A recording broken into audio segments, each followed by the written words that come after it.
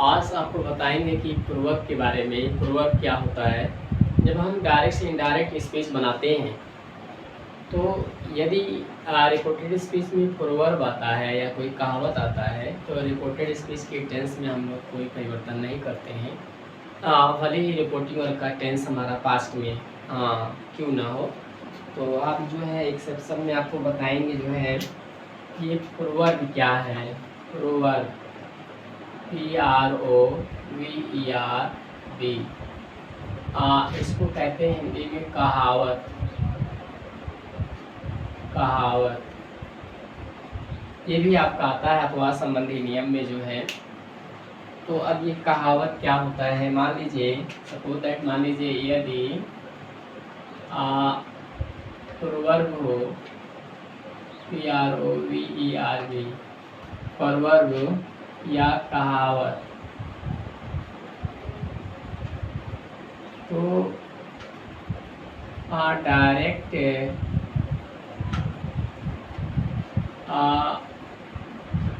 Direct speech से या direct speech को इनडायरेक्ट स्पीच में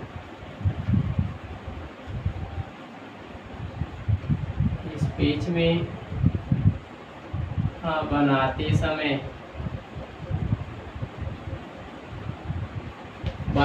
समय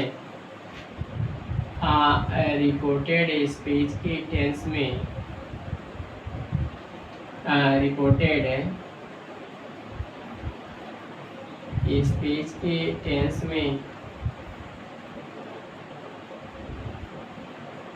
में कोई परिवर्तन नहीं करते। कोई परिवर्तन नहीं करते हैं।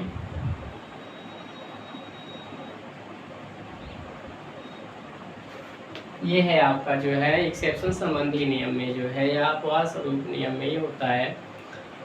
यदि आप डायरेक्ट से इनडायरेक्ट स्पीच बना रहे हैं और भी रिपोर्टेड स्पीच में यदि कोई पूर्ववर्ब आता है, कोई कहावत आता है, तो रिपोर्टेड स्पीच के टेंस में हम लोग कोई परिवर्तन नहीं करते हैं। जैसा उसको एग्जाम्पल में आप देख सकते हैं। जैसे मान लीजिए फॉर एग्जाम्पल में आप देख सकते हैं उसको। फॉर एग्जाम्पल ये है आपका पॉइंट नंबर फर्स्ट। आप देखिए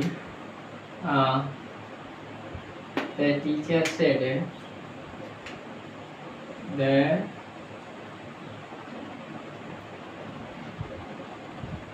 teacher said comma inverted comma में HONESTY honesty is the best policy POLICY। अब ये क्या है? आप देखिए इसके टेंस में हम लोग कोई परिवर्तन नहीं करेंगे। पहले ही इसका टेंस पास्ट में क्यों नहीं है? क्योंकि ये जो आया है ये आपका पूर्ववर्ब है, कहावत है।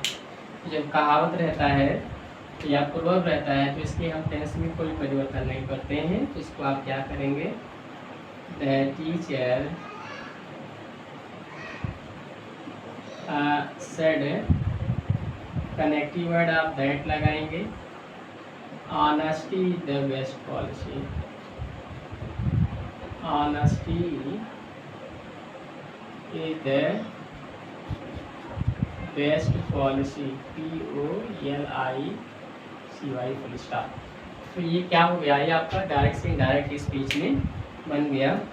एक अदर सेंटेंस आप देख सकते हैं इसको जो है, जैसा कि the father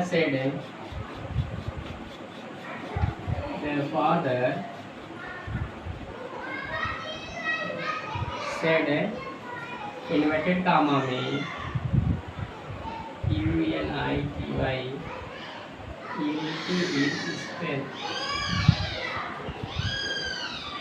yes GTH full stop. ये आपका हो गया। तो ये भी देखिए इसके टेंस में हम कोई परिवर्तन नहीं करेंगे, भले ये पास्ट में क्यों नहीं है। क्योंकि ये जो है आपका पूर्ववर्ग है, तो आप क्या करेंगे इसको, द फादर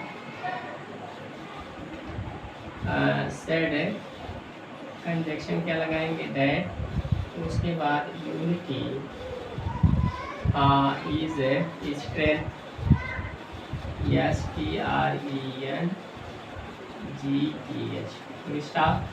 ये हो गया। तो इसके जो है हम लोग क्या करते हैं, जब भी कोई पूर्ववर्ग आता है तो डायरेक्ट से इनडायरेक्ट स्पीच भी बनाते समय हम लोग क्या करते हैं, उसके जो है रिपोर्टेड स्पीच के टेंस में हम लोग कोई परिवर्तन नहीं करते हैं।